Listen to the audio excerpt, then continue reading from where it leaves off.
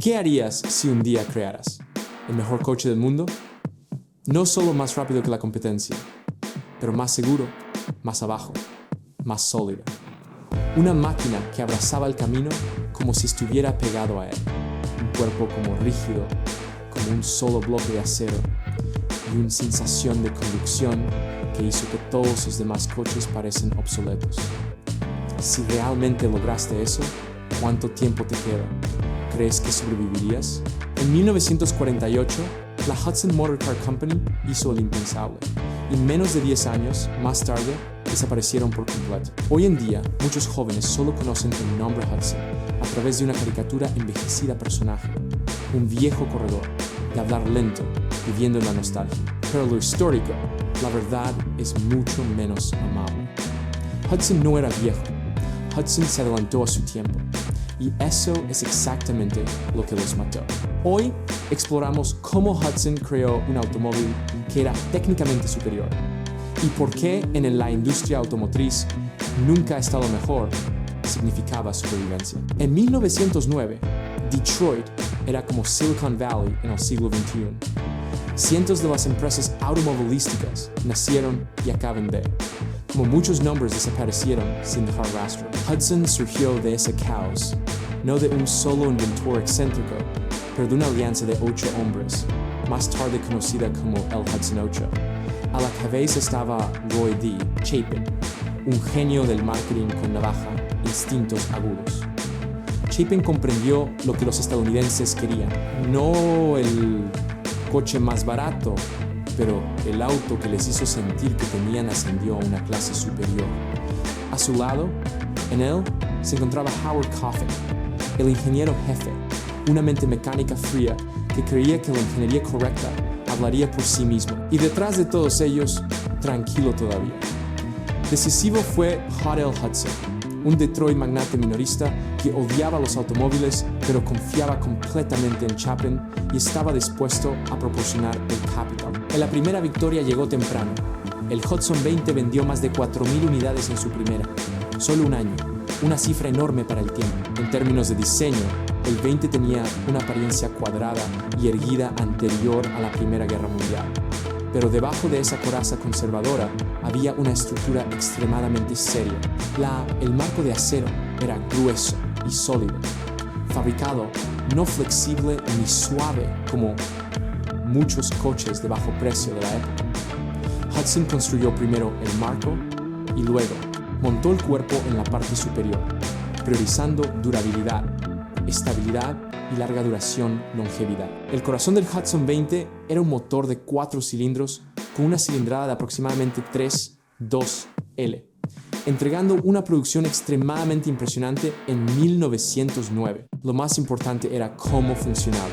Fuerte para motor a bajas revoluciones, funcionamiento suave, vibración mínima, algo que muchos competidores aún no tenían logrado. La transmisión manual engranó precisamente, entregando potencia de manera suave y permitiendo que el coche viaje cómodamente, incluso en los caminos ásperos y de tierra de los primeros tiempos Estados Unidos del siglo XX. Para 1916, Hudson entregó un verdadero knockout técnico, el Motor Super 6, un motor de 6 cilindros en línea. El gran avance residió en su totalidad, según el contrapesado, apareciendo por primera vez en una producción automóvil.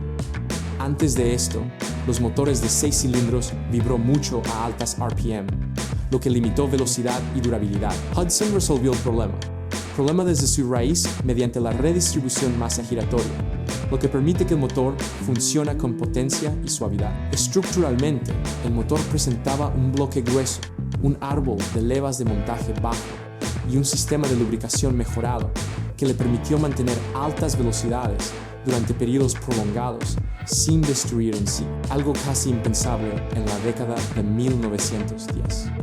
Cuando llegó 1929 y la Gran Depresión golpeado, Detroit ya no era una tierra de sueños. Se convirtió en un campo de batalla. Nombres. Una vez considerado intocable como Pierce Arrow, Duesenberg y Marmon cayeron uno a uno. 1.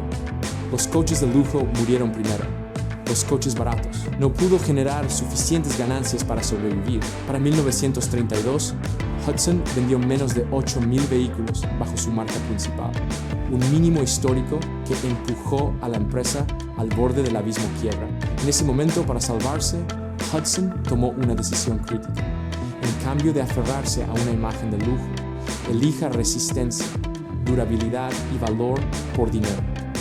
La respuesta se llamó Terror, avión. En general, el diseño era más compacto y más ligero que el Hudson tradicional modelos. El cuerpo era simple con menos detalles decorativos innecesarios que ayudan a reducir los costes de producción y el peso, pero no dejes que su apariencia modesta te engañe. El chasis del avión terrorista estaba fuertemente reforzado, con peso equilibrado y distribución que le permitió manejar caminos difíciles. El corazón del terror era un motor de 6 cilindros en línea heredado directamente del Super 6.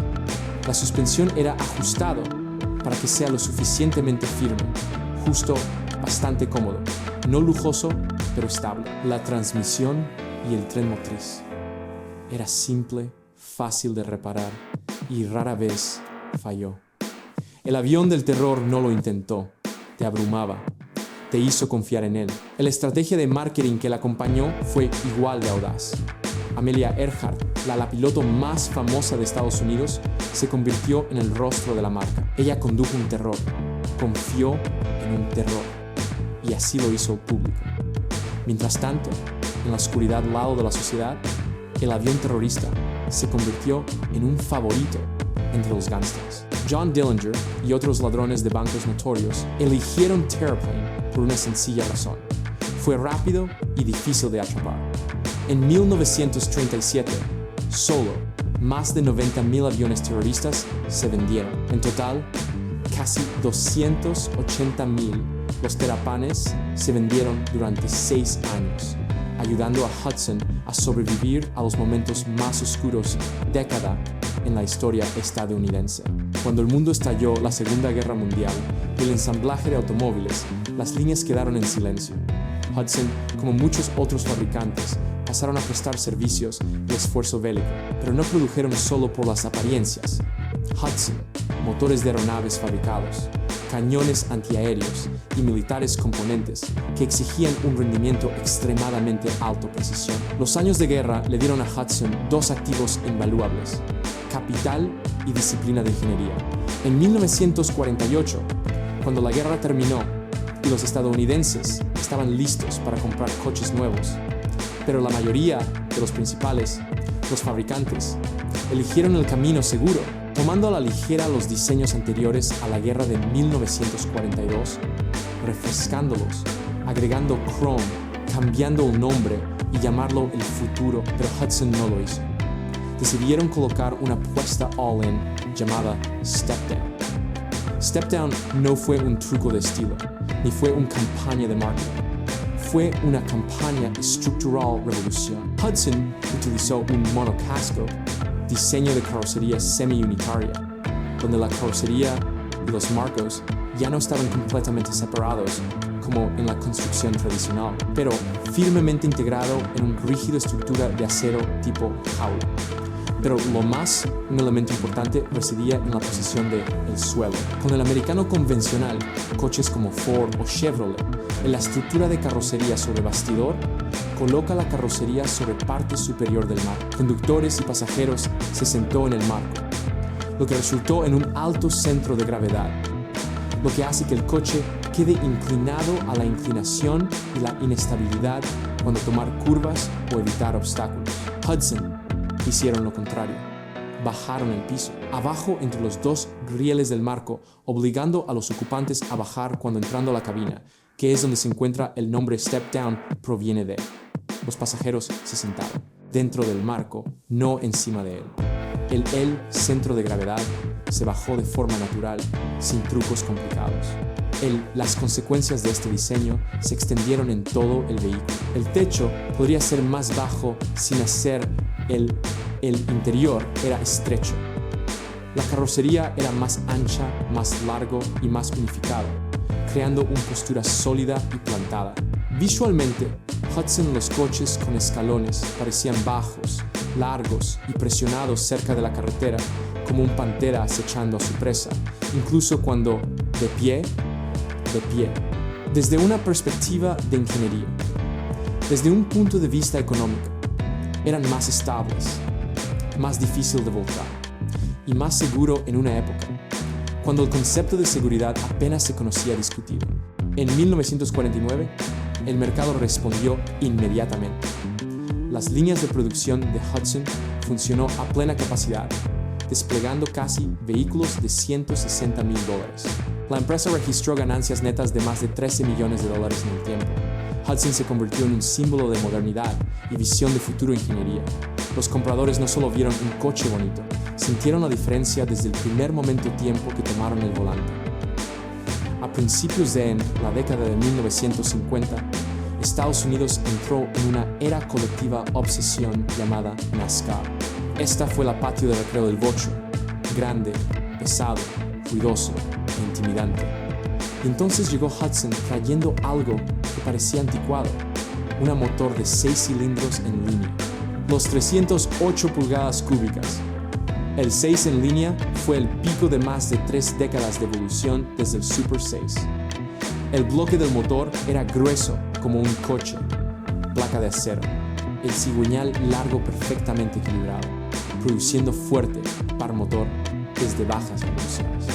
Mientras que los motores Vocho necesitaban revoluciones para generar su poder, Hudson tiró fuerte, suavemente y sin descanso. Un tipo tranquilo, de fuerza, pero mortal en carreras largas. La pieza faltante, llamada potencia Twin H, convirtió toda duda en silencio. 2. Se permiten carburadores montados en paralelo. El motor para respirar más profundo, distribuir, consumir combustible de manera más eficiente y ofrecer mejores resultados. Respuesta del acelerador más nítida. Esto no fue un truco de marketing. Twin H Power era un sistema que realmente funcionó, aumentando potencia sin sacrificar la durabilidad. Pero el motor era solo la mitad de la historia. La otra mitad yacía en el escalón inferior, el diseño. El centro de gravedad bajo permitió que el Hudson Hornet tomara curvas a velocidades que los competidores no tomarían atreverse a intentarlo. Mientras Ford y Oldsmobile, los Vocho, tuvieron que levantar el acelerador solo para manteniéndose en pie, el Hornet se aferró a la carretera como si estuviera pegada a ella. En terrenos accidentados y desiguales pistas, esta ventaja física se convirtió decisivo. El resultado fue un periodo de una dominación que rayaba en lo irreal. De 1951 a 1953, Hudson ganó 12 de las 13 carreras principales. Nombres como Herb Thomas y Marshall Teague se convirtió en leyenda.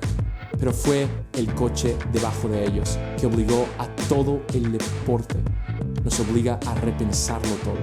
Hudson no solo ganaron, expusieron los límites del bocho. Mientras Hudson parecía estar en su apogeo, velas fuertes, gloria en las carreras, generalizada reconocimiento, ya se estaban formando grietas bajo la superficie. El primer problema fue el mismo diseño que hizo a Hudson famosa. La construcción escalonada, construido sobre el monumento cuerpo unificado, fue tan brillantemente diseñado que se convirtió en demasiado rígido. Todo el cuerpo estaba estampado y soldadas en un solo y masivo estructura que requiere enormes tintes de acero a un costo asombroso. Eso significaba que una vez Hudson quiso cambiar de estilo, tuvieron que reinvertir casi desde rasguño. Mientras tanto, GM y Ford renovaban sus diseños cada año, creando la ilusión de nuevos modelos. Incluso cuando la ingeniería subyacente apenas cambió, Hudson no tenía el dinero ni la flexibilidad para jugar ese juego. Bajar los coches, a pesar de permanecer técnicamente superiores, comenzaron a verse tan viejos. Luego vino el segundo golpe, el de 1953. Guerra de ventas entre Ford y General Motors Motores. Los dos gigantes redujeron drásticamente los precios, brutalmente dispuestos a vender coches a precio de navaja, márgenes estrechos, solo para ganar cuota de mercado. Para ellos, era estrategia.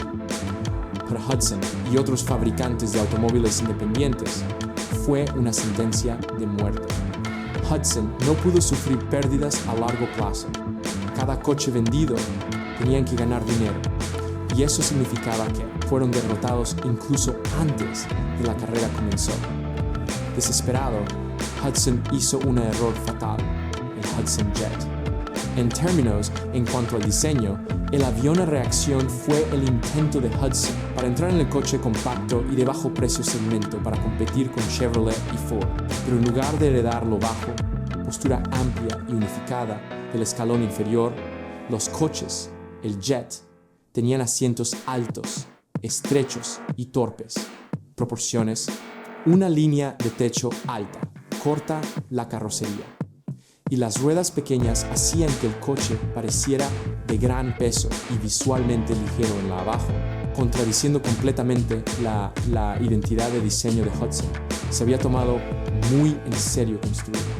En cuanto al motor, el avión a reacción Hudson usé un 202C en línea 6. Técnicamente confiable y duradero, funcionó sin problemas, consumió combustible razonablemente y fue adecuado para el uso diario. Pero el problema era que Hudson tenía invertido $16 millones estadounidenses en este proyecto, mientras que lo que el mercado realmente quería era un moderno motor V8 para continuar con la guerra de rendimiento. Y el resultado, en 1953, el avión vendió poco más de 21,000 unidades, mientras que su competidor directo, el Nash Rambler, vendió más de 150,000 coches durante el mismo periodo.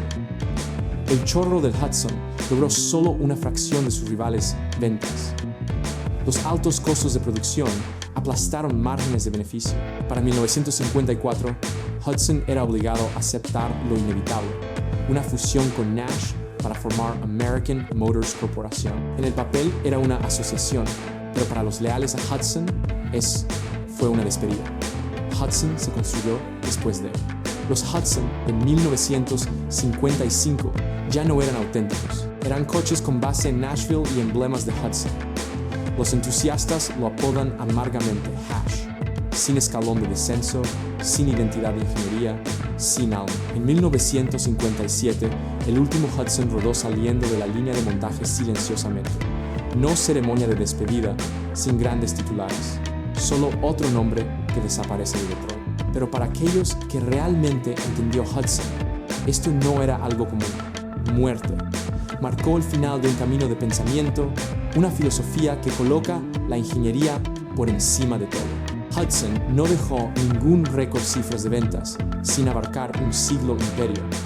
Lo que dejaron fue técnico legado. Casi todos los automóviles modernos hoy en día se utiliza la construcción de carrocería unitaria, una baja centro de gravedad y prioriza estabilidad y seguridad. La misma principios que Hudson adaptó a finales de años 40, cuando el resto de la industria todavía dudaba. La historia de Hudson es un amargo recordatorio de que en Estados Unidos, industria automotriz, ingeniería brillante tiene nunca, ha habido un escudo lo suficientemente grueso. Tú puedes construir el coche con mejor manejo, el coche más seguro, el coche más duradero, pero si no puedes cambiar de estilo cada año, no se pueden absorber pérdidas para ganar mercado. Compartir no puede ganar el juego financiero interpretado por gigantes corporativos.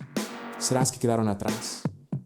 Hoy, el Hudson restante y los step-downs de Hornet son apreciados como artefactos. No solo porque son raras, pero porque representan una época, cuando los coches se construían sobre la base de creencias, no hojas de cálculo. Cuando ves un Hudson sentado, bajo, largo y presionado contra el pavimento, no solo estás viendo acero y cromo, estás viendo un momento cuando Detroit se atrevió a ser diferente. Y ahora, la pregunta para ti. Si tú podrías elegir un coche clásico para restaurar, ¿elegirías un Hudson Hornet, un símbolo de ingeniería pura, o un Mustang V8, un símbolo del poder del mercado masivo? Un comentario. Y si te gustan las historias sobre los fabricantes de automóviles que se atrevieron a ir en contra de la corriente, suscríbete, porque en el próximo video hablaremos del colapso de Nash y cómo arrastró a todo un capítulo de la historia automotriz estadounidense en la oscuridad. Nos vemos la próxima vez.